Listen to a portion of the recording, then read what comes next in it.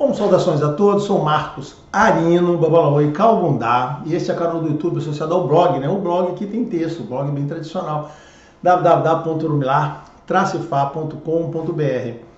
Este vídeo aqui, que é um vídeo, uma republicação do vídeo que eu já fiz, agora eu vou fazer uma versão que eu entendo ser melhor, eu vou falar sobre o conceito de pecado, diabo e inferno, explicando este conceito, esse conceito, né, dessas três coisas, como é nesta religião, tá? E fazendo um pouquinho de religião comparada, não tem como fugir a isso, porque o entendimento das pessoas é baseado na visão católica, cristã, disso, né, católica. Então eu vou fazer, mas eu vou falar sobre o conceito daqui, tá? Então, e vou, só para fechar essa introdução, mas eu vou fazer isso, tentei fazer, eu fiz um roteiro aqui para falar sobre isso de uma forma muito prática, que traga algum significado para vocês, que isso sirva de utilidade e que não fique apenas sendo uma discussão de dialética teológica aqui, tá ok? Então, eu entendo que vai ter utilidade, acho que pode ser interessante. Se você quiser ficar até o final, fique, se não, né, vai ver o vídeo todo, se não, tem outros vídeos aí que podem te interessar, tá bom? Abraço, mas esse vídeo vai ser bem diferente daquele outro. Se você viu o outro, veja esse, é mais interessante. Tá bom? Então vamos lá, vamos continuar. Vamos lá, né? Para quem ficou para assistir o vídeo, se preparem para ver vídeo em várias partes e tal, né? Que bom, pelo menos eu estou fazendo um vídeo de dia, eu gosto de fazer vídeo de dia. Mas vamos lá. Então, primeiro vamos começar sobre a questão do pecado, né? Olha, gente, não pode, né? Eu vou falar aqui sobre um ciclo, uma série de coisas encadeadas, e até o final do vídeo você vai entender porque essas coisas estão absolutamente encadeadas, né? Não dá para falar de uma coisa sem a outra, apesar de que eu não vou aqui, já vou avisando, não vou explorar a questão do diabo e do mal. O diabo, para falar do diabo, cara, a gente precisava de um vídeo só de umas 2 horas para falar com ele, mas vai ter esse vídeo vai ter que eu vou falar sobre o diabo cristão principalmente, mas não será aqui, tá? Eu vou falar aqui só sobre o ciclo de vida que está envolvido na nossa vida, então esse é um vídeo que fala sobre as nossas relações humanas, tá? Então, primeira coisa, eu vou falar sobre o pecado. Por quê? Esse negócio do pecado e da ética dessa religião foi uma das primeiras buscas, cara, teológicas que eu fiz. Eu sempre gosto de falar desse assunto, desse tema, porque, mencionar isso, porque quando eu tive contato com a religião, né? Até só um momento. Ainda estou terminando aí a minha virose, né? Mesmo tomando xarope, que não tá fácil nesses catarros, né? Essa época ele tá pegando todo mundo. Mas então, voltando aqui, o ponto, né? Uma das primeiras buscas teológicas, né, de explicações teológicas, por quê?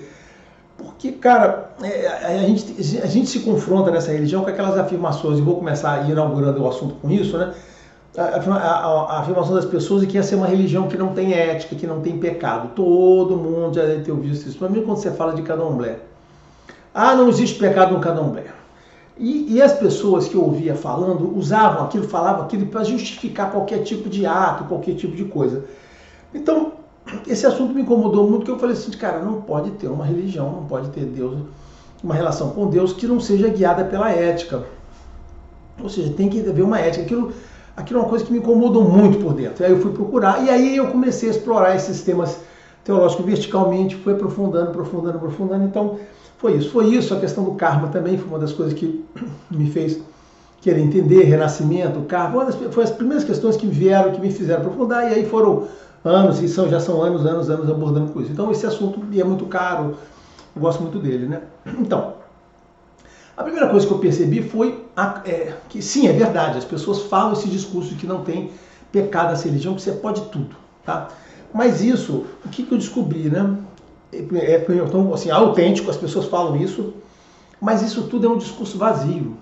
As pessoas que falam isso, sejam ou não sacerdotes, sejam ou não Yalorixá, ou Babalorixá, ou Pai de Santo, não importa como se nomeiam, é um discurso vazio. Essas pessoas falam isso pela absoluta ausência de conhecimento de teologia e de religião. São as duas coisas. A pessoa não conhece o que é uma religião e não conhece a teologia dessa religião. E aí, investidas no cargo que elas se autodenominam, ou que denominam elas saem falando arrotando essas bobagens para as pessoas. E tem gente que acredita, né? Tem gente que acredita. Então, e essas pessoas, normalmente, quando falam isso, elas juntam, inclusive, né?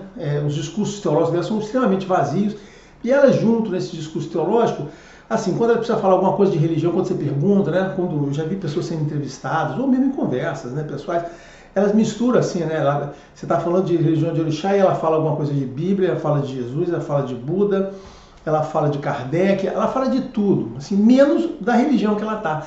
Isso, observe isso, cara. Observe, quando você tem uma pessoa que vai falar de religião, seja a pessoa que for, ele pode se dizer que é babalaô.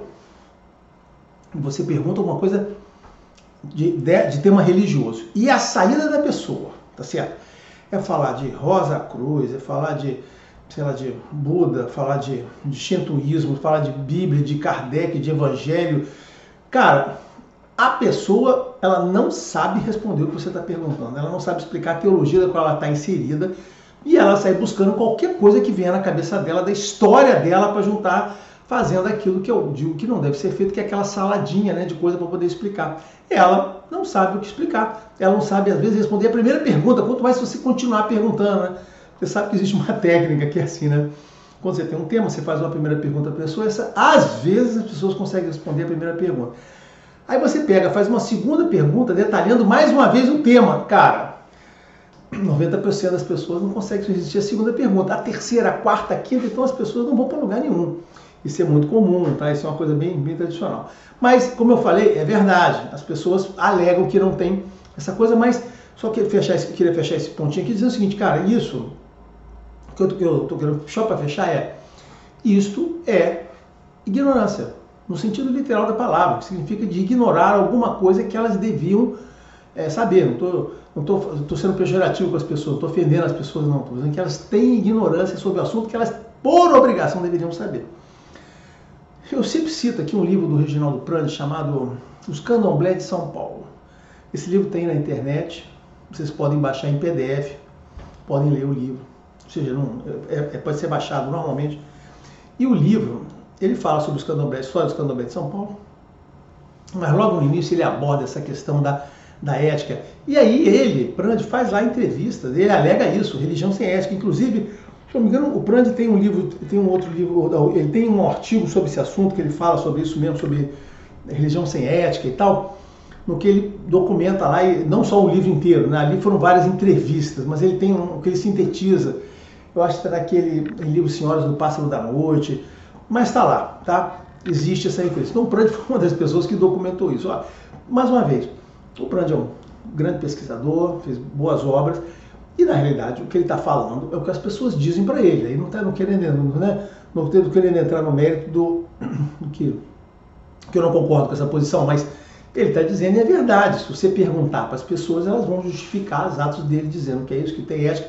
Porque, na maior parte das vezes, essas pessoas, no cotidiano delas, elas fazem coisas para os outros, vendem favores religiosos, favores espirituais, vendem feitiçarias, e elas precisam desse discurso da ausência de ética e de pecado, na verdade, a ausência de pecado, para poder se justificar. Então, imagina só, você tem lá uma Yalorixá, um Babalorixá, Yalorixá, tá? Que é o sacerdote de referência dessa religião, é Yalorixá, e não Babalorixá. Babalorixá é um sacerdote quebra-galho. E aí o Yalorixá tem a casa. E lá nessa casa vem pessoas pedir coisas com absoluta ausência de ética, tá? Coisas para aquela pessoa se beneficiar e para outra pessoa perder ou tirar de alguém. Cara, quando você tem uma casa, né, quando você participa de uma, você vai ver coisas de todo tipo de natureza. Isso é bem interessante. Isso tem muito, né? As pessoas são completamente birutas, malucas. E vamos lá. Então, só que a pessoa oferece dinheiro. Olha, vou fazer para você, como se fosse possível ela, em nome de orixá, vender favores. Eu já falei que isso é uma coisa que acredita quem quiser. Eu não acredito, porque não faz o menor sentido, e na prática não faz o menor sentido também. Então ela precisa se justificar. Por que ela está ali fazendo aquela coisa? E ela se justifica dizendo, não tem pecado, podemos fazer tudo que a gente quer, não sei o que, tarará. Então todas as coisas erradas, ruins que ela faz, ela usa o fato de não ter, de ela dizer que não tem pecado para isso, tá certo? Então, essa é uma situação que existe. Vocês podem estar esbarrando isso em tudo quanto é. Ainda hoje, em N casas, lugares, de pessoas dizendo essas barbaridades, né? Bom, E aí a minha pesquisa levou o quê? Eu fui procurar e descobri, aí encontrei Fá, não enquanto eu estava dentro do candomblé você não acha nada, né? Nem mesmo na parte de literatura, você encontra obras como essa do Prandi. Lembra que o Prandi é antropólogo, ele documenta aquilo que ele vê. E aí encontrei qual o contraponto disso. Não é isso. Na realidade, essa religião não é baseada na ausência de pecado. Não, e eu vou falar agora sobre o conceito de pecado aqui, né? Ou seja, qual é o conceito que permeia essa religião para o comportamento das pessoas? Lembra que pecado ou não, pecar ou não, o pecado é uma violação do comportamento devido, né? Ok? Você tem um comportamento ortodoxo, né? Ortodoxo é aquilo que é o certo. Você tem um comportamento ortodoxo da pessoa, o pecado é quando a pessoa foge desse comportamento, ok? Muito bem. O que norteia aqui é o conceito do Iwa Pelé, ou Iwa Arere, né? Que é o caráter, ou só Iwa. Na verdade tem alguns valores que falam apenas Iwa, caráter. Quer dizer, né? A língua é uma língua muito simples, o povo muito simples. Quando você fala Iwa, a menos que você bote um adjetivo, o Iaburucu, uma coisa ruim, né? Você está falando do bom caráter. Se botar o Pelé ou o Rere, não é o que o Rere é o bom e o Pelé é o ideal, é apenas um complemento, mas se você está falando de caráter, você tem que falar do bom caráter. Então, assim, a segunda palavra é opcional. Quando você fala Iwa, é você ter Iwa. Então, é isso. O que encontrei em Fá? O que eu encontrei em Fá é Iwa. Que isto é o exigido e o cobrado das pessoas. Todas as pessoas, os seres vivos, né, nós, humanos, nesse mundo, temos que ter o bom caráter. O bom caráter é a qualidade, a virtude que permeia a todas as histórias de Fá, que direciona as pessoas a terem esse caráter para que elas possam sim serem abençoadas por Deus, pelos orixás. Você só será beneficiado, você só terá as bênçãos de Deus, você só terá a ajuda de Deus através dos orixás, se você for uma pessoa que tenha caráter. A pessoa de caráter será a pessoa que vai viver no mundo. E caráter é aquela sua beleza interior. Caráter é a beleza interior. Isso significa o seguinte, que a pessoa pode ter externamente uma beleza física e se ela não tiver a beleza interior dele, o caráter, ela será uma pessoa feia. Existe uma frase africana que diz isso, né? A beleza de fora, a pessoa que é a beleza feia, né? Porque ele é belo, mas é feio por dentro. Então, o que interessa para dentro do conceito dessa religião é a sua beleza interior, é o seu caráter, tá? E isso, vocês vão dizer assim, mas onde você achou isso? Achei isso em Fá, nos versos.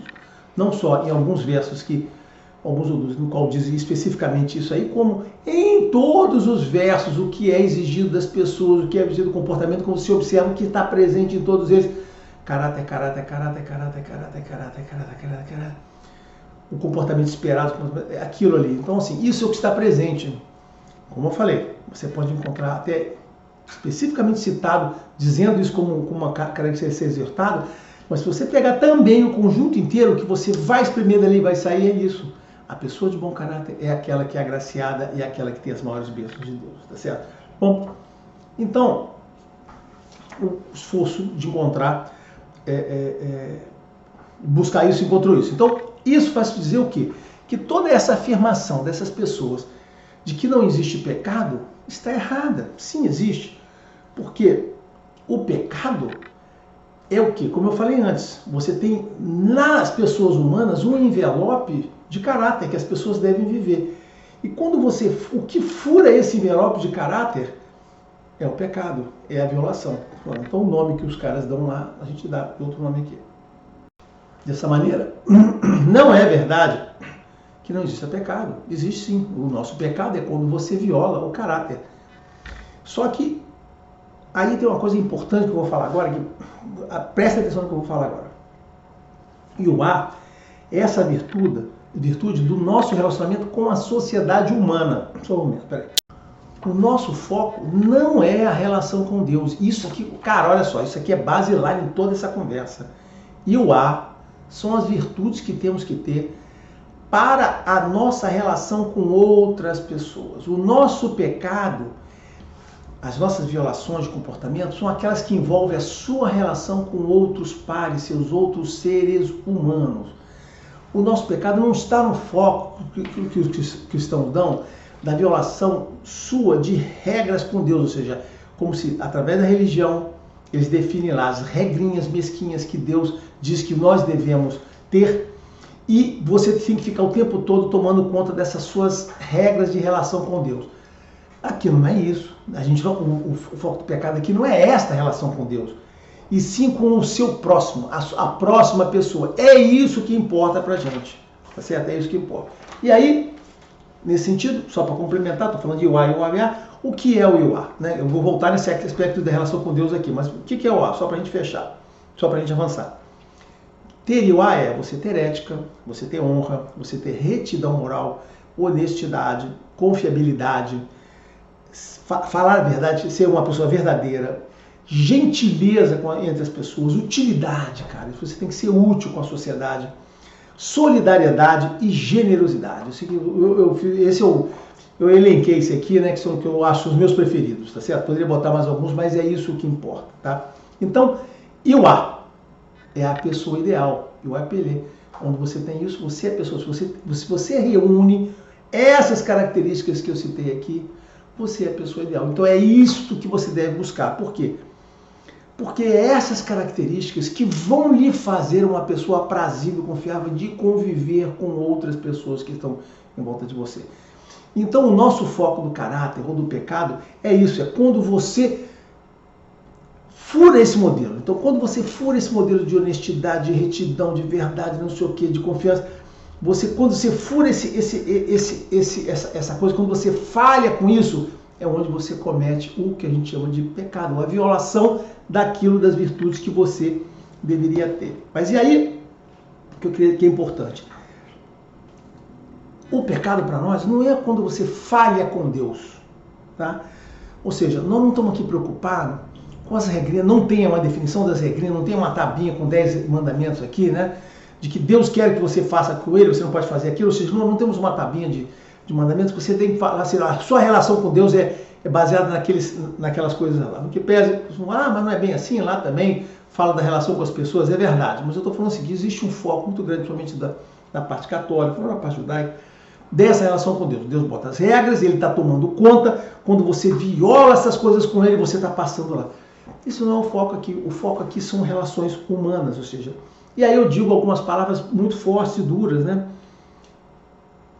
Gente, literalmente, Deus não está preocupado com você, cara. Assim, você é um tolo, você é um tolo. Se você acredita que Deus é onipresente e onisciente, é isso mesmo, você é um tolo se você acredita isso, tá? Se você acreditasse nisso, assim, Deus, com toda a sua grandeza, ele está ali presente em cada cabeça de cada um, fica olhando o tempo todo, agora você pisou do lado direito, olha, você deixou um chinelo em cima do outro. Cara, Deus não está tomando conta dessas coisinhas que você faz, não, cara. Tá?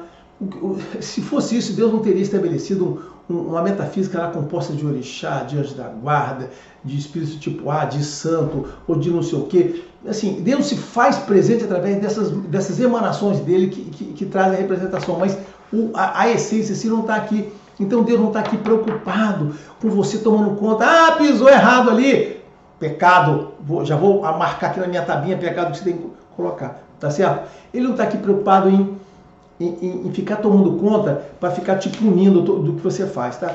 Porque isso não faz sentido no sentido de ter, como eu falei, toda essa metafísica e no sentido do livre-arbítrio, que a gente pode fazer o que a gente quiser, nós estamos aqui para exercer a nossa liberdade. Então quando você soma toda essa metafísica, mais o sentido do livre-arbítrio que nós ganhamos de Deus, que a gente tem, os outros, né? Anjos não têm livre-arbítrio, né? Isso é uma conversa, vou voltar a falar de anjos, vou falar de livre-arbítrio.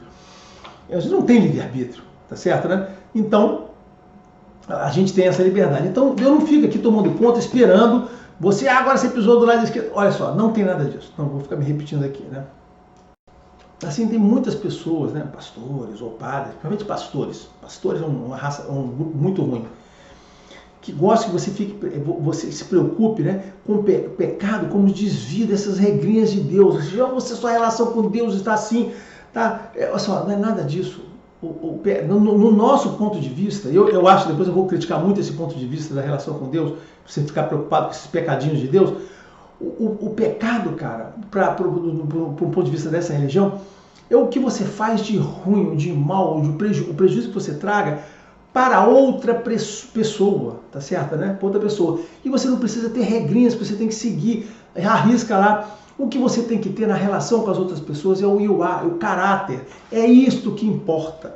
Então, assim, se existe uma coisa que você ofende, quando você comete um pecado, você faz uma ofensa a uma outra pessoa, você magoa uma pessoa, você prejudica outra pessoa, e o retorno disso será você se recuperar com esta pessoa e voltar. Tá certo? Eu vou abordar isso daqui a pouquinho com mais detalhe, né? Assim, a orientação dessa religião para as pessoas é isso. Se preocupe com o seu comportamento, com a pessoa que você é e com a relação que você tem com as outras pessoas. Você não tem que viver preocupado com a relação com Deus, de estar rompendo regrinhas, no qual eu boto aqui. Falei, vou falar um pouquinho mais duro daqui à frente, mas essa é a parte principal. Todas as religiões têm esse tipo de pecado, todas as religiões boas têm o comportamento ético e moral, e todo mundo está esperando que você tenha esse comportamento. Então, o que todas as religiões querem é o que a gente tem aqui, eu apelei, o bom caráter. Você ser a melhor pessoa possível para você poder passar por essa vida, a cumprir seus objetivos, ajudar as pessoas que estão em volta de você, se solidário e distribuir com generosidade todas as bênçãos que você tem. Aí muita gente, bom, é isso. Vamos continuar, estou falando de pecado, né? Aí muita gente pode perguntar, vou fazer uma pausa aqui, né? De onde você tirou tudo isso? Você é maluco? Que visão é essa? Gente, eu não sou maluco, eu já falei para vocês, eu só falo aqui Fá. Se vocês querem saber o que tem em Fá, é o que eu estou falando aqui. É isso que tem dentro de Fá. Eu já falei que eu não fico falando de oduzinha aqui, de não sei o que, de historinha, de bobinha, né? Eu falando qual é o conteúdo de Fá. É isso que está em Fá. Então, é isso que está nos versos, é isso que está nas histórias, está nos mitos, é isso que a gente conta, esse é o comportamento que a gente encontra, tá? Então, e Fá é repleto, todos os capítulos de Fá, né? Todos os capítulos de Fá são repletos de histórias que nos orientem como ser entre nós, como ser nós entre nós, e quais são os comportamentos errados e a punição para esses comportamentos errados. É lá que está dentro. Qualquer pessoa que tenha inteligência suficiente para poder ser um babalaô, para poder estudar Ifá, observa e vê nesse verso e entende as coisas que eu estou falando para vocês aqui, que é o que se espera. Tá? Isso, assim, a geração de teologia é baseada nisso, eu sempre falo. Você tem que ler os versos, entender o que você está falando, entender o sentido, entender a estrutura de uma teologia para você poder capturar o que você tem para falar para as pessoas. E é isso que eu estou falando para vocês, é o conteúdo que está em Fá. Então, quando eu falo que é assim que se espera, é assim que é o comportamento e se espera das pessoas, é porque é o que está definido dentro de Fá. Para fechar o aspecto pecado, eu vou terminar falando uma coisa que eu ameacei que ia falar, eu vou falar agora. Eu queria entender o seguinte: deixa de lado, mesmo que você não se lembra, eu falo de religião aqui, eu falo para qualquer pessoa de qualquer religião, cara. Estou falando aqui, isso aqui não é proselitismo, não estou chamando ninguém para ir para essa religião. Estou falando de Deus para todo mundo, né? É o que eu falo. De Deus, sob o ponto de vista da teologia, que está em Fá, tá? Para vocês terem uma outra opção de escolha de poder viver, né? Então, o que eu digo é o seguinte: eu sugiro vocês deixarem de lado essa conversinha de pastor ou de padres ruins que colocam toda essa relação de pecado como uma coisa entre você e Deus, tá certo? Você lá o tempo todo se preocupando com o que Deus está pensando de você, o que você está fazendo uma coisa por Deus, para que você esteja sempre alinhado com Ele, seguindo as regras dele. Porque isso não faz sentido nenhum, gente. Não faz sentido você viver uma religião dizer para você que você tem que viver preocupado com essa coisa, dessa sua relação com Deus o tempo todo. Por quê? Porque o que isso traduz, né, de verdade, se você parar para pensar, o que se traduziria é que nós seríamos aqui, que Deus está lá, né? E nós seríamos aqui uns deserdados na terra, nós teríamos sido jogados na terra aqui, tá certo? Para ficar sofrendo, como muita gente quer achar isso, e eu digo para você que a nossa visão, a visão dessa religião não é essa. E a gente fica o tempo todo implorando para Deus para nos aceitar de volta, né? Ou nos perdoar do nosso grande crime, o nosso pecado original. Ou seja, se as pessoas querem induzir que você já nasce aqui, já está pecando, você já está errado, você precisa ser salvo, você tem que o tempo todo procurar Deus, tem que ser perfeito com Ele, e o tempo todo, não, Deus, eu estou certinho com você, estou certinho com mim, vai, eu vou morrer, você me leva junto de você. As pessoas não podem ter uma religião que ofereça essa perspectiva boba que eu falei aqui, mas que no final é um exagero, é um estereótipo, mas é uma coisa de fato, como sentido de vida, cara. Lembra, isso não tem o menor sentido, nós não precisamos ser salvos de nada, nós estamos aqui cumprindo o objetivo, cumprindo uma vida, cumprindo uma realização. A gente não pode conviver com a ameaça de Deus, ou com a vigília de Deus, ou com essa coisa de querer ser perfeitinhos para Ele. A nossa preocupação tem que ser viver, atingir nossos objetivos e sermos umas pessoas boas, transformarmos esse mundo numa coisa melhor e sermos pessoas melhores como um todo, tá? Então, eu queria, isso aí fecha a questão do pecado, é o seguinte, o pecado, né, essa visão de pecado, como vocês estão cansados de ver, induz a esse estereótipo que eu falei agora no final, deixei tudo para... Olha, esse estereótipo, cara, não pode ter sentido, vamos parar para pensar, não tem sentido essa visão. Ah, eu estou exagerando, não é bem assim, um monte de gente vai falar, mas olha só, mas sim, mas se você manipular essas palavras como um montão de teólogos aí, né, pastores principalmente, manipulam, também você pode chegar a essas conclusões que eu estou chegando aqui. Esse é um modelo bem inteligível do que eu falei. Mas não é isso. Ou seja, eu entendo, lembra, tem a Guilherme Ockham, né? A lâmina de Ockham. Cara, o mais simples é o mais fácil. É muito mais fácil você entender as coisas da forma como eu expliquei. Ou melhor, não é só entender, não. Estou dizendo o seguinte, muito mais razoável, eu entendo que vai fazer muito mais bem a vocês entenderem a vida e as relações humanas assim. Então, o que a gente entende nessa questão de pecado é isso, que pecar ou violar são essas regras e a gente vive um para os outros. Se alguém precisa ser absolvido, são nós entre nós mesmos, tá certo? Bom, vamos continuar agora. Outro ponto do modelo, né, que eu falei do modelo, é a questão do diabo. O diabo é uma conversa muito longa que eu não vou, graças a Deus, ainda bem para vocês, graças a Deus, eu não vou aqui abordar o diabo, senão vai precisar de mais uma hora só para falar sobre o diabo, né? Conversa longa, mas de forma simples. Eu tenho que falar sobre o diabo porque está envolvido no contexto todo aqui, né? De forma simples, eu já tenho vídeo que eu falo sobre o diabo aqui, procurei, tá? Não acreditem nisso, tá certo, né?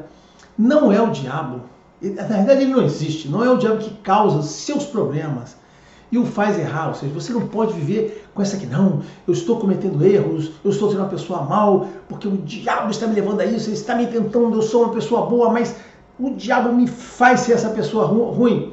Olha só, quanto mais você pensar dessa maneira, mais longe você vai estar do seu bom caráter, porque você vai estar preocupado em se proteger do diabo, ao invés de você criar o seu Ioá, que é o que interessa para todo mundo, para a sociedade, para Deus e para a sociedade, tá certo?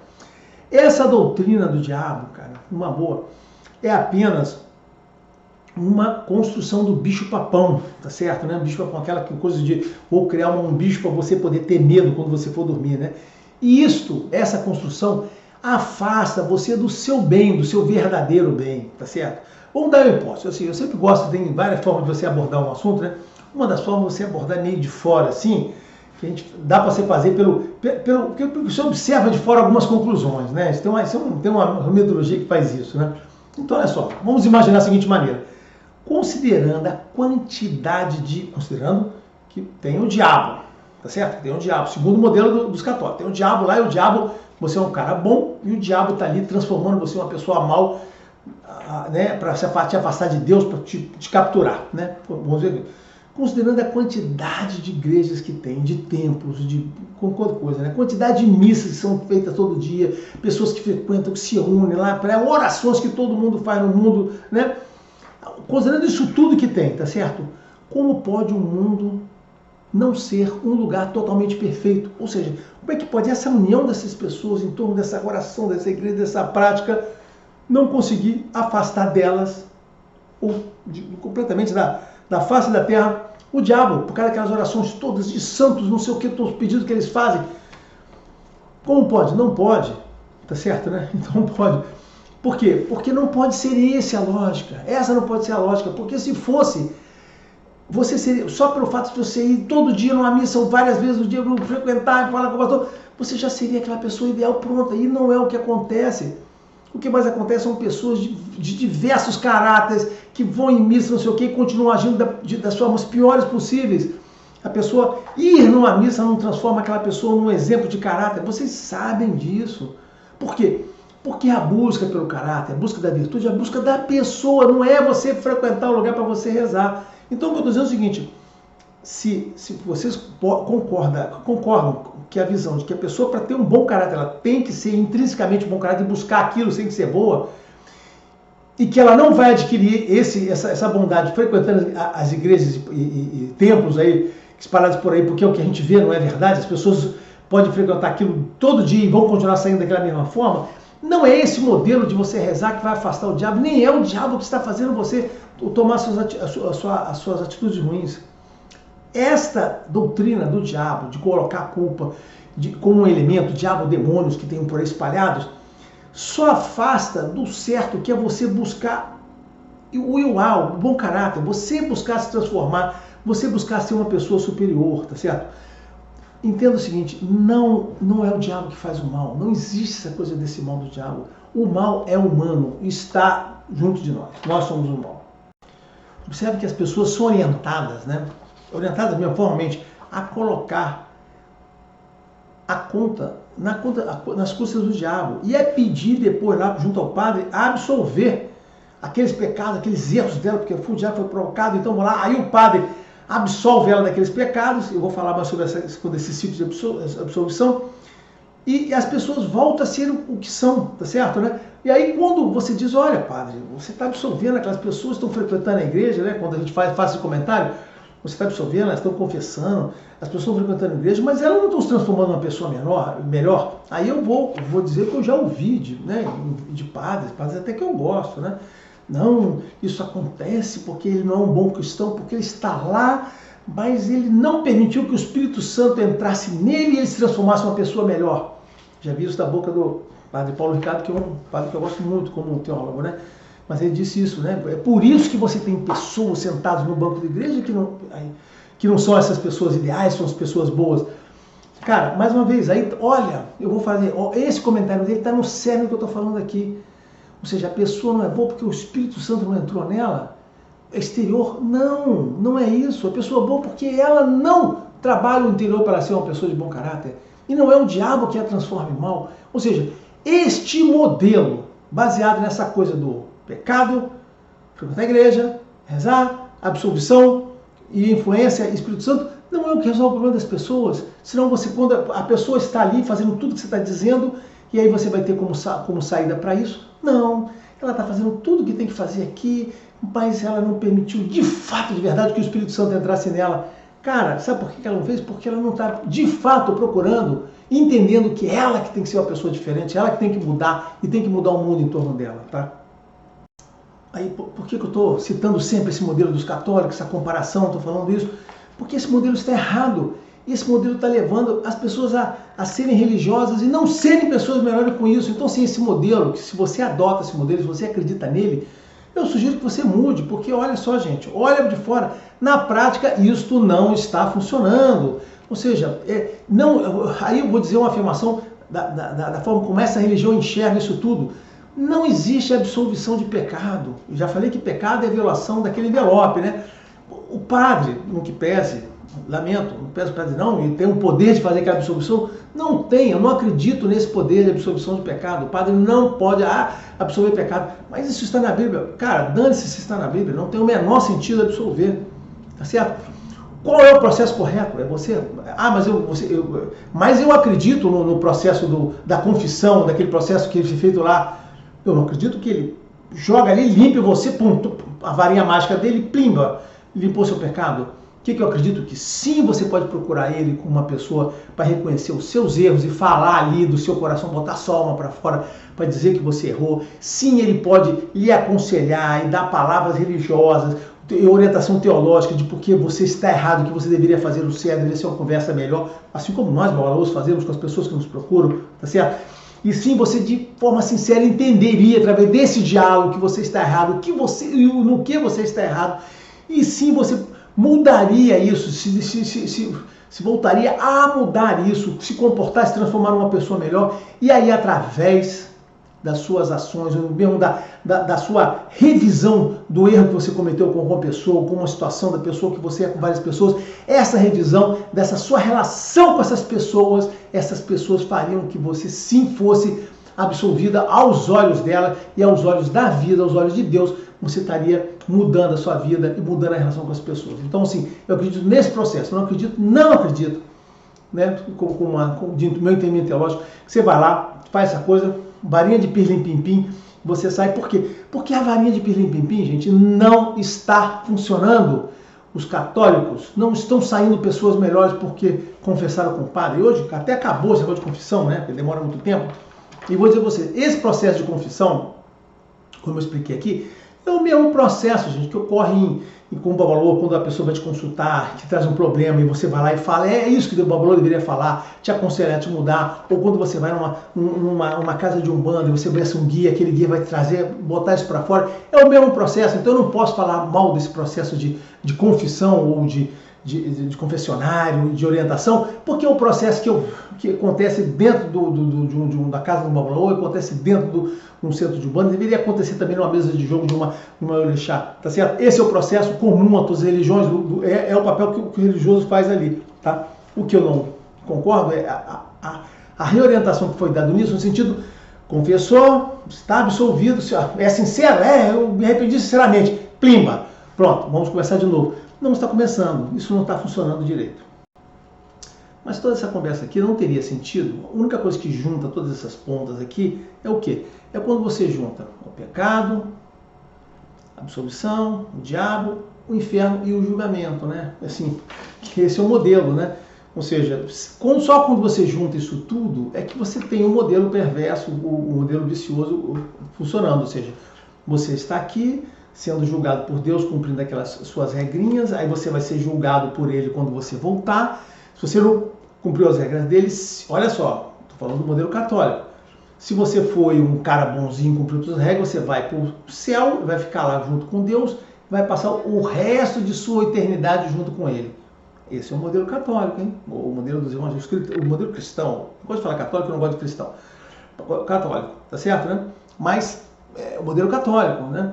E se você não foi o cara que passou, você pumba, inferno, e vai passar o resto da sua existência no inferno sofrendo, o diabo fazendo você sofrer pelas coisas que você fez de errado na vida. Então você tem uma vida aqui de, olha só, né, você tem uma vida aqui, sei lá, de 60, 70, 80, hoje em dia tem gente que vive 30 anos, agora, né, aumentou a vida.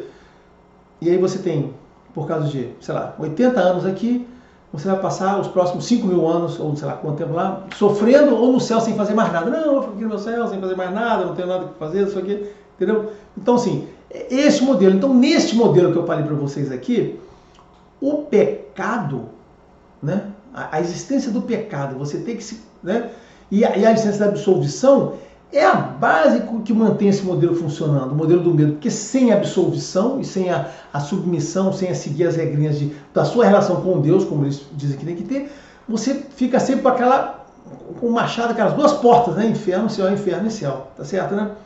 Então, o que acontece é que esse modelo bota as pessoas com uma dificuldade muito grande para seguir e na prática, como já falei várias vezes aqui, vou repetindo, né? Não torna ninguém melhores.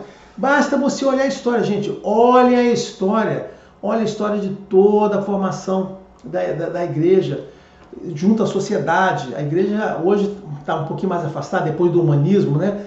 Houve uma certa quebra aí, mas antes do humanismo, a igreja católica tem uma influência absolutamente muito grande na sociedade, com a mistura às vezes de Estado e Estado e igreja, né? Estado, igreja e sociedade, tudo junto ali, fazendo aquela argamassa que junta isso tudo, né? Amálgama que junta isso tudo.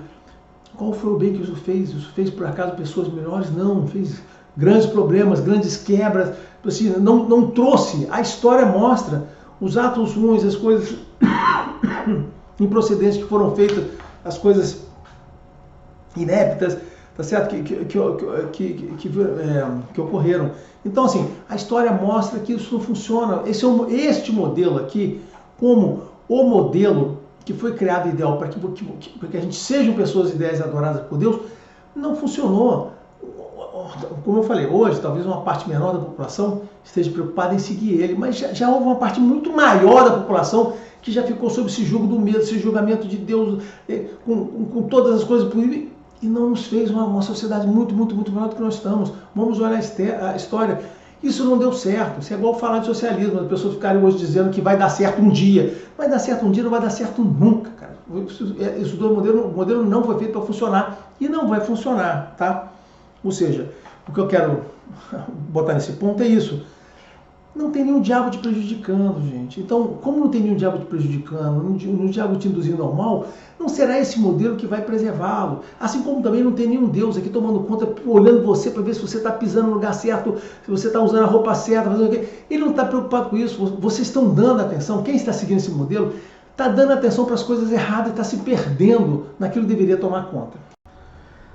Para aqueles que acham que o diabo é responsável por tudo, teologicamente falando, né, não que seja a minha religião, mas dos outros, mas a minha observação é que o diabo, como eu falei, não vou falar de diabo aqui, mas eu tenho que fazer algumas referências. O diabo é uma inserção do Novo Testamento, gente. Assim, é nele que apareceu a figura do diabo. O Antigo Testamento, que são as escrituras originais, o Pentateuco, né, o Talmud, as coisas originais dos judeus, que foram livros históricos, né, e são livros de verdade, né, são livros que estão sendo, que são livros que têm veracidade observada por achados arqueológicos e tal, lá naquela região. Então, algumas pessoas podem hoje as pessoas não têm condições de duvidar do que está das histórias descritas na Bíblia. Por quê? Porque você encontra lá, né, os achados que confirmam tudo que está naqueles livros lá, né, tá certo? Pode não ter sido exatamente daquela maneira, mas a arqueologia é uma coisa que hoje tem trabalhado a favor da Bíblia, pelo menos do Antigo Testamento, tá certo, né? Então, o Antigo Testamento, das poucas coisas que eu conheço sobre ele, não conheço muito não, né? Ele não tem diabo nenhum, tá? Você não tem nem diabo nem inferno, tá? Assim, os judeus, quando você vê judeus falando, sejam rabinos ou teólogos, né? Judeus, né? Eles não aceitam isso, eles não aceitam essa figura nem do diabo, e nem a feita do inferno, nem do final do mundo. Já falei isso aqui, mas isso é óbvio, não sou eu falando, sou eu ouvindo eles falando, né? Que no caso compartilhamos nós, eu como Babalô, e eles a mesma visão, a nossa visão sobre a questão do mal, do inferno de Deus, o que eu falo assim, olha, a visão que eu encontro em Fara, nessa teologia, é muito, não é igual, né? Mas assim, é uma estrutura muito próxima da mesma estrutura deles. É muito fácil, assim, um diálogo teológico entre o Babalô e um Rabi seria muito fácil. A gente está falando aí das mesmas coisas, do mesmo modo, tá certo? No Novo Testamento, o Novo Testamento em si, os livros, aquele monte de livros do Novo Testamento que foram colocados, eu queria dizer, isso é um comentário meu, tá? Um comentário meu. Aquilo é uma criação humana, né? Ou seja, assim, pessoas que escreveram aqueles livros muito tardiamente, documentaram aquilo tudo, que escreveram um volume enorme de publicações, tá certo? Um volume recente, enorme, inclusive desproporcional para o período de Jesus histórico, né? Se o Novo Testamento documenta Jesus história, ali tem um volume desproporcional para um período tão pouco no qual Jesus esteve ativo ali antes do fim dele, né? Então, assim, o Novo Testamento basicamente é um homem criando a sua própria religião, né? Ele criou lá. O que você tem? Aí você, não, então não tem o diabo no Antigo Testamento? Não tem o diabo no Antigo Testamento. Aí, como eu falei, essa história, quando eu fizer o vídeo sobre o diabo católico, eu vou falar sobre essas coisas. Mas o que tem no Antigo Testamento? Tem o Satã. Eu já fiz um vídeo que eu falei sobre essa história do Satã aqui. Eu vou ter que falar aqui, porque lembra, um dos assuntos aqui é o diabo, eu tenho que falar um pouquinho sobre ele, né? O pecado, o diabo, o inferno, né? Então, o Satã. E o que era o Satã no Antigo Testamento? Era o inquisidor, é aquela pessoa que representava Deus, que na realidade nos testava para ver se nós éramos as pessoas que mereciam as bênçãos de Deus. Era isso que está lá, o Satã é isso, né?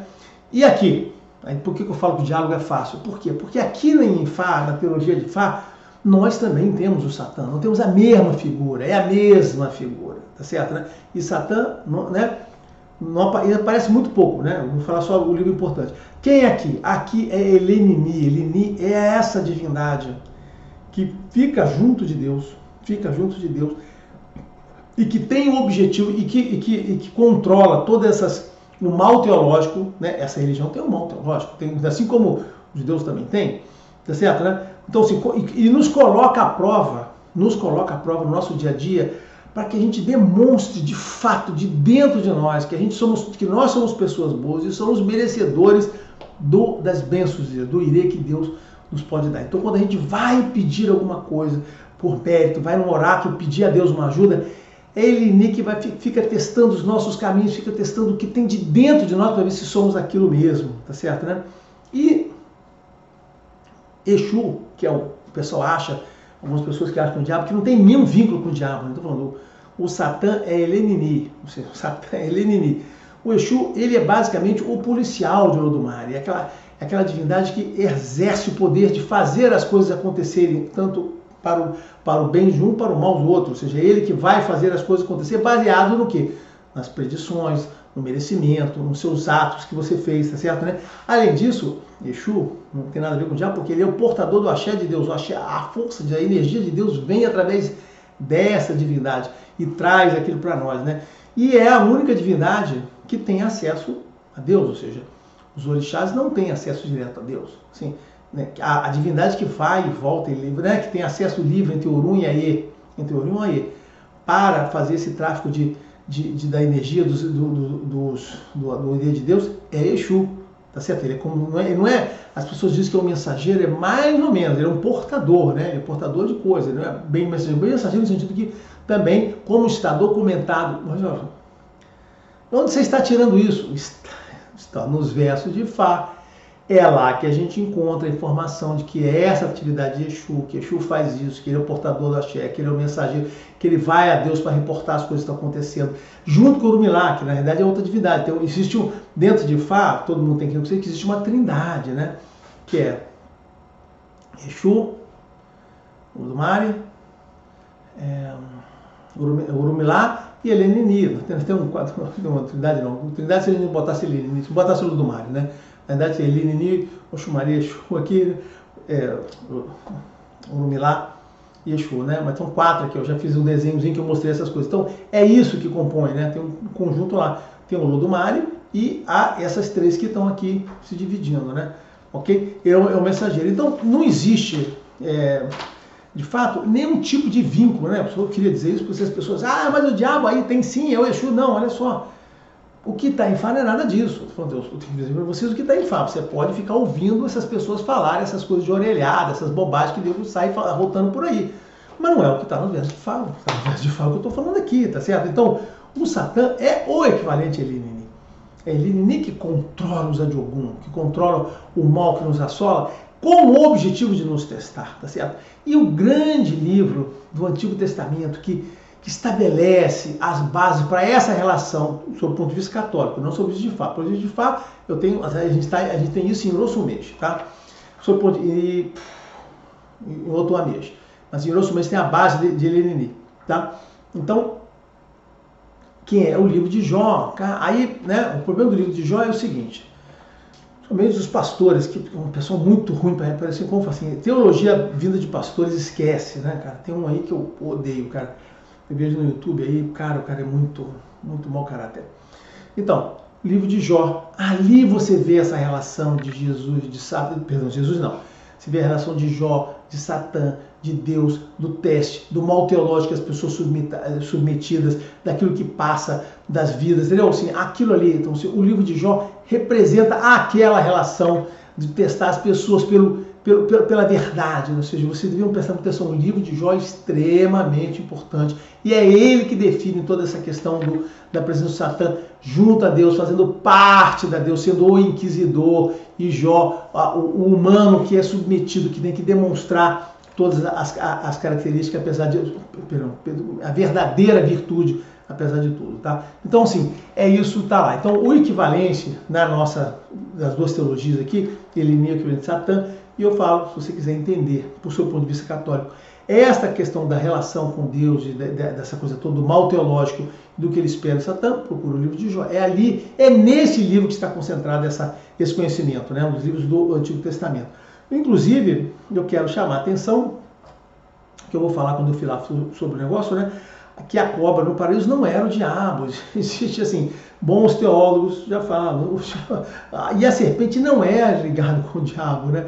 Inclusive, a serpente é um símbolo de Deus. Cansou de ser usado por Deus lá para ser representado. Está lá no Levítico, inclusive, né? Assim como também na nossa religião, a gente tem a figura da serpente. Talvez por causa disso, muito evangélico diga que o orixá, que não sei o que, é o diabo, porque a gente tem a serpente da representação, mas a serpente que a gente tem, né, que é representada, que não é verdade, né?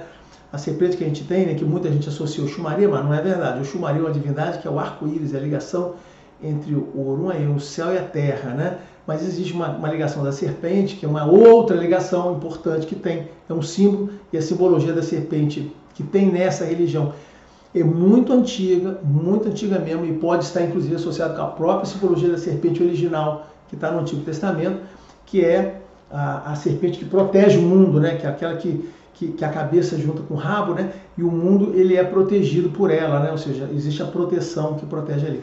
Mas esse é um outro papo, no dia que eu falar sobre, já vou falar só sobre chumaria, serpente, eu vou falar sobre esse assunto.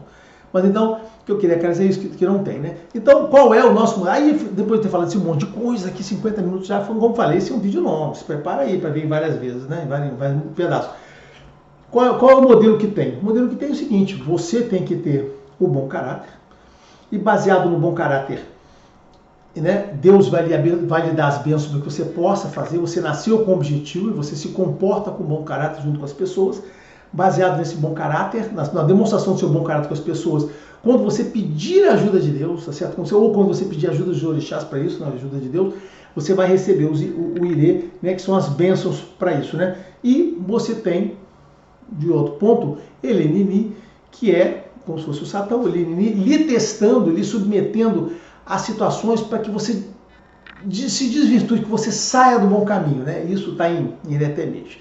Em Ireté que tem isso, né? Você lá está no bom caminho, o caminho que você prefere, você será submetido ao incentivo a você proceder da forma incorreta, você ser uma pessoa errada, para você sair do seu caminho. Então, em Ireté, a mensagem desse capítulo é que você tem que seguir o caminho certo, não por conveniência, não porque já está seguindo, porque está muito bom, está dando certo. Ireté, Deus lhe submete a essas provas, né, essas, como a gente fala, as tentações, através de Eleni, para que você demonstre o seguinte, não, olha só, eu não estou nesse caminho aqui do bem, porque ele é bom, porque eu já estou aqui, eu estou porque realmente eu quero estar nesse caminho. E aí Deus vai saber, então tá bom. Você quer estar, então você sim é merecedor das bênçãos, você vai ter a minha ajuda. Porque a outra alternativa, como eu falei, é você não precisar da ajuda de Deus, você conduzir a sua história no mundo de forma natural, resolver os seus problemas sem precisar da ajuda dele. Essa questão toda dessa intervenção, essa questão desse mérito, de você ter que se comportar de forma de bom caráter, não sei o quê, só tem a ver, né? Só tem a ver quando você vai recorrer a Deus. Se você não for recorrer a Deus, você pode seguir fazendo o que você acha melhor, resolver os problemas da forma que você acha, e no final será avaliado, como eu disse em outro vídeo aí, vai ser avaliado de forma igualmente com todo mundo, tá? Então, dessa forma, o mal teológico, né? O mal que é feito através de divindades que estão ligadas a Deus, é um elemento importante, né? E presente na nossa vida, né? O que aconteceu com os católicos, novamente, eu estou falando da minha religião aqui, mas estou fazendo uma parte comparada, né? Não tem como não falar desse assunto aqui, se eu também não fizer uma comparaçõezinhas, como eu estou fazendo aqui, tá certo? O que aconteceu com os católicos, em parte os judeus, tá certo? Em parte os judeus, durante algum momento, eles tinham que tirar a culpa de Deus, tá certo? Do mal que as pessoas sofriam, né? Teve o grande problema do episódio do terremoto de Lisboa, existem vários eventos aí, né? E aí, o que acontece? Eles precisavam tirar a culpa de Deus. As pessoas os judeus tinham uma necessidade de dizer que não, que os problemas que eles tiveram naquele percurso dele todos não era culpa de Deus. Aí eles, vamos botar o diabo aqui, né? E de onde eles tiraram esse diabo que não existe no Antigo Testamento, né? Agora pergunta, se o diabo não tinha no Antigo Testamento, de onde os judeus tiraram o diabo, né? Tiraram sim, porque aí tem um exílio na Babilônia. Quando eles ficaram no exílio da Babilônia, eles foram submetidos às outras religiões, outros pensamentos, e de lá eles tiraram essa coisa de anjo caído, essa coisa de demônio, tudo veio do exílio da Babilônia, mas isso é uma outra conversa. Mas aí os católicos, convenientemente, criaram a figura do diabo e contrapondo o Deus, deixando ele existir lá de qualquer maneira, fazendo o que quer com todo mundo, verdade, o diabo para quê? Para que o mal fosse sempre associado ao diabo. Então Deus era sempre bonzinho, Deus fazia tudo bem, e o que não é verdade. Mas se você for ler o Antigo Testamento, você vai ver um outro Deus, que não é o Deus do Novo Testamento, né? Porque, cara, lembra, o Novo Testamento teve uma repaginada, teve um marketing novo, teve um new style lá que mudou toda a cara de Deus, né? O Deus do Novo Testamento em diante, o Novo Testamento, que é a religião que os homens escreveram, né? Não tenha dúvida, quem tem dúvida disso, para um minuto para pensar. O Novo Testamento foi escrito pelos homens, né? Então os homens escreveram uma nova religião no Novo Testamento. A religião que já existia antes, aqui está no Antigo Testamento.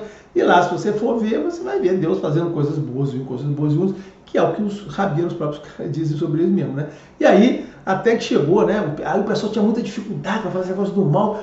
Aí chegou no máximo que foi Santo Agostinho, né? Agostinho de... Eu esqueci o nome da cidade dele lá, né? E tem outro nome. Então, o que foi o Santo Agostinho, que ele falou, né? Ele disse o seguinte, olha só, o seguinte, não existe o mal. Como assim? Não, o mal é a ausência de Deus. Ó, que coisa interessante. Então, o mal, por quê? Mas por que ele diz isso? Porque se existe o mal, e tudo que existe na Terra foi criado por Deus, então Deus criou também o mal, também vem de Deus. Tá certo, né?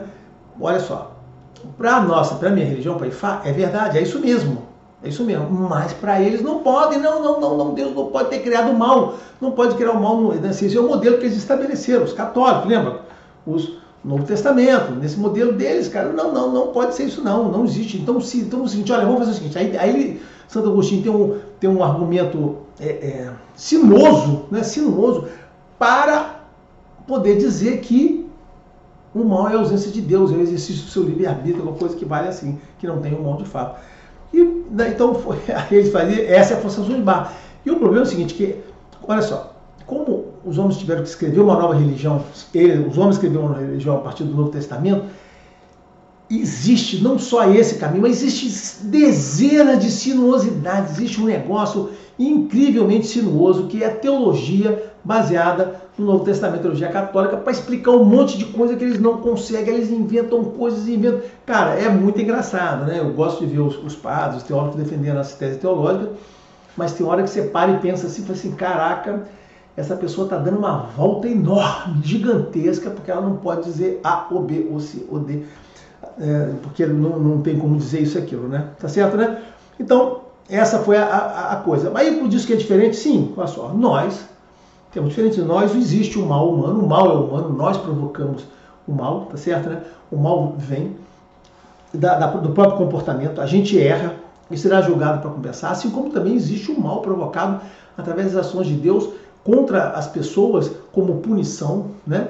E para também nos testar, ou seja, o mal é uma coisa que é feita para nos provocar e nós recusarmos a esse comportamento, a essa sinuosidade. Então existem espíritos que estão aqui para, espíritos, né, negativos, espíritos da alma, de algum, que estão aqui para nos submeter e a gente estar naquele caminho por consistência, ou seja, então viver não é só, vou falar um pouquinho mais à frente sobre isso, viver não é só uma aventura humana, mas é uma aventura humana no sentido de você ser uma pessoa melhor e ser merecedor para que você possa, nesse ciclo, estar sempre melhorando, tá? E por fim, já chegando nos finalmente isso aqui, né, tá certo? Aonde entra o inferno nisso, né? O inferno é um elemento muito importante, né, cara? Porque sem o inferno, esse modelo não ia funcionar, né? Qual é o modelo, né? O modelo é um modelo muito interessante, né? Esse modelo dos caras, né? Que você chega lá, seguiu aquele negócio, aí você chega no finalzinho julgado, ou vai para o céu ou vai para o inferno para ficar lá o resto da sua existência. Então, assim, este modelo do inferno obriga as pessoas a viverem com a temeridade do futuro, né? De buscar a igreja e ter que ficar e ter que comprar a sua absolvição. Claro que eu estou sendo forçando a barra aqui, né? Mas em princípio você tem que comprar a sua absolvição pelo padre, né? Por quê? Porque senão você vai ser condenado ao inferno. Então, assim, a danação das almas, a existência. Você está fazendo aqui, ó, a sua vida é uma bala de prata, uma só. Chegou lá, você só tem 2 recompensas. Eu vi um pastor, esse pastor que eu não gosto, um dia eu ainda vou fazer um vídeo para comentar umas bobagens que ele fala, que era um cara ruim, tá certo? E eu vejo lá nos comentários um monte de gente elogiando ele, eu falei assim, gente, caraca, as pessoas não param para ouvir o que o cara tá falando ali, né? Mas, cara ruim. Mas é isso, você compra, porque você tem 2 caminhos só, segundo esse pastor psicopata, ou você vai pro inferno ou pro céu. Ele disse que esse negócio de purgatório não existe, isso não tem lugar nenhum na Bíblia. E ele é um cara muito safado, porque ele faz uma leitura muito especial da Bíblia. Ele relativiza aquilo que não interessa, ele diz que essa coisa, não, isso aqui é absoluto, não, isso aqui é relativo, né? Ele é muito mau caráter na leitura que ele faz da Bíblia, né? Ou seja, é desonesto intelectualmente, né? Assim, falta caráter para ele, falta caráter na leitura que ele faz lá, porque ele manipula a leitura, manipula a interpretação dele, a hermenêutica dele, para chegar no ponto que lhe interessa, tá certo? Assim, o ponto pior possível. Eu não gosto muito do cara, não, mas eu ouço, continuo ouvindo ele, vendo as bobagens que ele fala lá, né? Mas então essa história do inferno, né? Por quê? Porque o inferno é importante. Então, o inferno é elemento, porque esse elemento do medo, do fim da existência, da ausência de futuro, te condena a ter que ficar correndo ali para ser podido. Então, sim, esse modelo é um modelo muito fechado dentro dele mesmo. Você tem que estar ali dentro daquele corpinho. E aí, nesse modelo, é o que eles dizem, não, se você não vai a Deus, você não é salvo por Deus, você não será salvo e não vai para o céu. Esse é o modelo. Você tem que ir à igreja, você tem que fazer aquelas coisas, seguir, por quê? Porque senão você não será salvo. Se você não for salvo por Deus, quando você vai para o inferno. É interessante, mesmo que você tenha sido uma pessoa exemplar, bem correta, se você não for salvo por Deus, você vai para o inferno. Eu não sei se no modelo dele, os ateus eles vão para o céu. Eu vou até ver se tem algum comentário sobre isso, né? Mas, como eu falei no outro modelo, nosso modelo é normal. Todo mundo chega em condições de igualdade de condições e vai lá. E no nosso modelo, né? E aí o modelo que a gente propõe para as pessoas viverem? O modelo que a gente propõe para viver é aquele, né? Do bom caráter, de você selecionar, de na realidade quando você peca, você está cometendo um erro com uma pessoa que está em volta de você, que a missão que Deus lhe deu é transformar o mundo num mundo melhor, pessoas melhores. Quando você falha com isso, você está falhando com ele naquilo, que você será julgado pelo como você viveu e não porque você atingiu. Então não importa se você é rico ou se é pobre, importa é como você fez a sua vida, aquele negócio todo. E você realmente pode ter falhado em alguns momentos, né? Então você vai voltar e haverá, nesse julgamento, pode ser que Deus lhe aplique alguma punição para você poder corrigir, você refletir enquanto alma, enquanto ser perene da sua existência, antes de você vier um novo nascimento, uma nova existência, né? Que você paga, que esquece tudo e começa de novo. E esse é onde entra o purgatório que os judeus reconhecem, que segundo Genan, se não me engano, né? Eu não estou falando a palavra certa, mas se não me engano, os judeus entendem como Genan. É mais ou menos uma palavra dessa aí, que segundo eles, eu ouvi uma pessoa esse dia falando, não, segundo nós lá, o pessoal decide que é mais ou menos um ano que você passa nesse negócio para se recuperar. Essa é a visão dos judeus, que tem um Genan, eu acho que o nome é esse, tá? E você passa lá um ano para se recuperar. E como é que é nessa religião de fé? A mesma coisa, gente. Você tem o Orum Buruku, você é julgado, você vai para o Buruku, aí você vai eventualmente ser punido ali, tem punições, você pode até encarnar, uma das punições que eu vi os africanos falando, você pode encarnar em animais, ter uma vida mais curta, para sofrer, para você ver o que você fez, dependendo do nível de gravidade do que você fez lá, então você pode voltar encarnando em animais para você poder sofrer com a vida curta, ou você pode ser tirado da sua linhagem. Eu expliquei, existem várias punições ou outras, apenas para você parar para refletir o que está acontecendo, aí você volta ao normal. Pode ser que você perca a sua linhagem, como das punições, isso tudo vai depender do que você fez aqui. Mas depois você vai de novo para ter uma nova chance, para poder seguir e alterando seus patamares nessa relação com Deus, no seu Iuá que você vai adquirindo, né? Que é o que está escrito lá, como eu já falei, em Otuameji, que é o que você vai atingindo, Otuá e Oeku, né? O B, Oeku, Otuá, que fecha esse ciclo aqui de coisa. Então esse é o modelo que a gente propõe para as pessoas, um modelo de continuidade, no qual a coisa continua, existe uma correção, a coisa continua uma correção, e que a alma é contínua. O que a gente diz, o que não tem, né? Bom, é isso. Deixa eu dar uma parada de arrumação aqui. Pronto, já iniciando. Então, e assim, né? Resumindo essa uma hora que eu estou aqui falando com vocês, né? O que tem, né? Então, olha só. Em relação a essas três coisas que eu falei, que é o pecado, o diabo, o inferno, o que eu posso dizer para vocês de positivo, né, que pode mudar para vocês, né? Que eu posso dizer o que a gente acredita, que eu encontrei nessa teologia, né? Sim, que nós acreditamos em múltiplas vidas com o objetivo de evoluir, tá certo? Né? Você atingir o que você precisa, que você é julgado, como eu estava falando agora, pelo como você viveu, tá certo? Que você pode ser punido, né? Mas voltará para novas vidas para você poder se recuperar e atingir isso lá, tá certo, né? Que pecado para a gente é violar aquele envelope de Iuá e tem a ver com relacionamento entre pessoas e que o foco não é relacionamento com Deus, tá certo, né? E que o perdão que você vai ter é de pessoas para pessoas, as pessoas devem se perdoar para que aquilo seja uma coisa recuperada para o futuro, que não tem absolvição, né? Ou seja, o que tem necessidade é você mudar, você ser outra pessoa, e essa pessoa que você foi vai recuperar as coisas ruins que você fez e vai compensar, e isso compensa, assim como também fazer coisas novas lá, né? E que você será julgado pela vida inteira, né? Ou seja, então esse modelo que é um modelo muito, muito, muito, diferente. E que Deus, nesse sentido todo, né, como recompensa para isso tudo que você está fazendo aqui, que Deus o suporta a sua vida com bênçãos. Né? A Arca da Aliança, para a gente, é fictícia, né? No nosso conceito, a Arca da Aliança dos judeus é a aliança entre eles. Para a gente é fictícia. Se quando a gente nasce, o nosso Oria, né? A nossa Constituição é essa aliança com Deus, com o nosso sucesso, com o nosso bem-estar e com a nossa felicidade, né? Que sim, né, no nosso ponto de vista, existe o mal teológico, que é o mal que vem de Deus e ele existe para nos testar, né? Tá certo? Ele é essa figura, essa divindade que testa a nossa dureza, né, em relação ao bom caráter e às virtudes, né? E que Deus nos ajuda. Deus nos ajuda na nossa dificuldade. Você pode esperar sim a ajuda de Deus através de orixá, através do seu anjo da guarda, né? Através do oráculo que você vai recolher, né? Mas Deus também, através de Elinini e de Adé, que às vezes também pode lhe ajudar, não vai atrapalhar, vai ali verificar se você é esta pessoa com virtude que se espera que seja para poder ser merecedor dessa ajuda dele, né?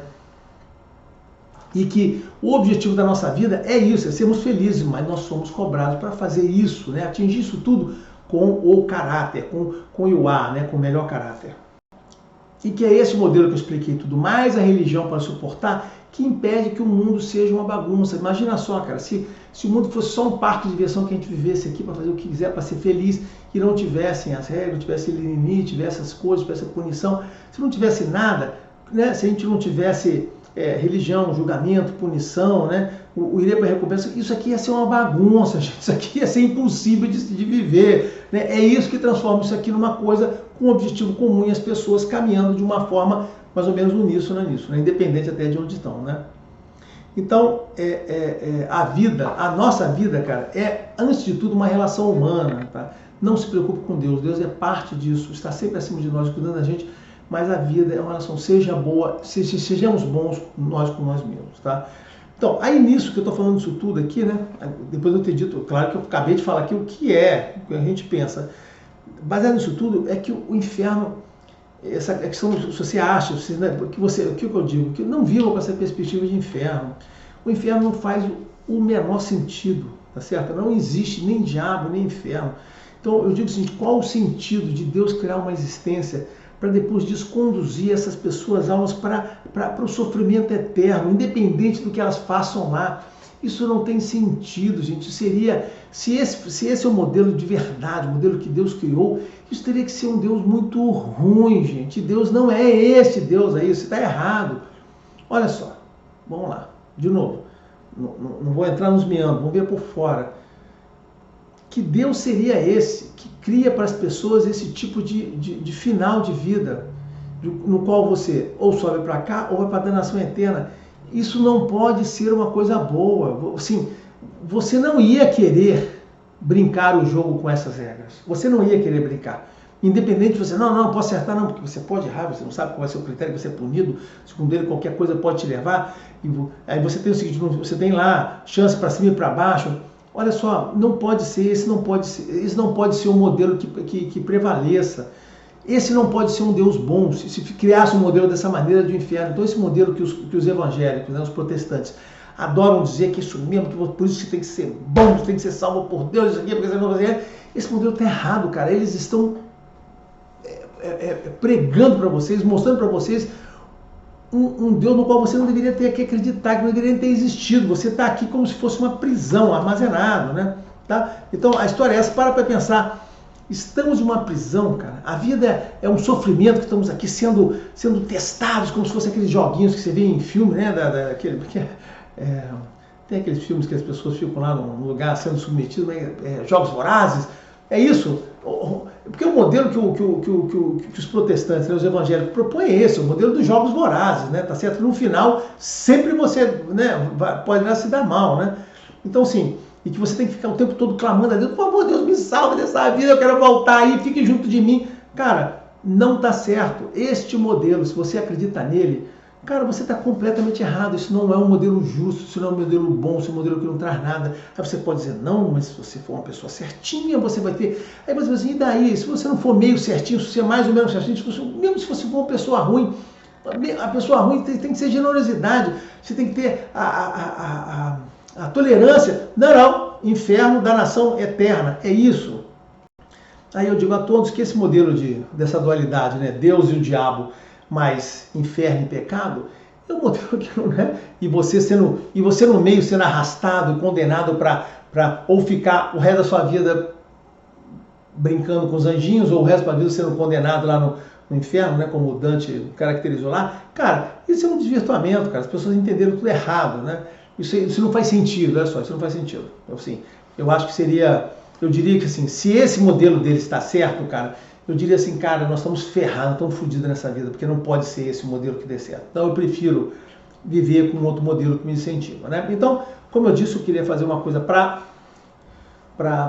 trazer coisas boas. O que eu digo para você é o seguinte, cara, existem visões teológicas de Deus, de religião, que incentivam, que essa visão que eu estou passando aqui é a visão que tem na teologia de Fá, que foi a visão que me atraiu, né, um dos primeiros assuntos e me conquistou, né, e aí eu fiquei por aqui, depois de ter entendido isso, definitivamente eu fiquei aqui, por isso que eu não saio, porque oferece para a gente que vive aqui, falando, essa perspectiva da esperança, né, ou seja, a esperança é o que mantém a gente, né? Ou seja, a esperança de que sejamos pessoas boas, que vamos encontrar sempre o bem e que tudo vai dar certo e que mesmo nessa vida vamos superar tudo. Então, assim, esta é a perspectiva, né? A perspectiva de ser feliz e a esperança. São as duas coisas que caminham junto, né, nessa visão, né? E a visão da relação humana, né? Ou seja, apesar de ser uma religião, é muito humana, né? Porque ela é focada, a teologia está focada na relação humana e você ser uma pessoa boa com outra pessoa e todo incentivo ser assim. Claro que não é só essa religião que está assim, eu já vi outros sacerdotes falando isso, eu já vi, inclusive, eu nem gosto, né, do Islã, né, um sacerdote do Islã, esqueci o nome do cara, falando a mesma coisa, dizendo que o pecado que você faz para outra pessoa, já vi o rabinos falando isso aí, já vi o pessoal dos orientais, budistas, shintoístas falando. Então, assim, eu acho que existe uma coisa. Então, eu sugiro só que você não passe a sua vida com esse modelo ruim, fechado, imaginando que as coisas que estão acontecendo com você são causadas por forças supernaturais, contrárias a você. Eu acho que você tem que buscar tudo isso dentro de você mesmo, tá certo? Bom, foi essa. O objetivo era falar sobre essa visão desse ciclo dessas três coisas, fazendo essa pequena comparação aí com os católicos, né, e os cristãos aí, tá bom? Espero que tenha sido útil e que tenha valido a pena esse período que vocês ficarem me ouvindo. Abraço a todos.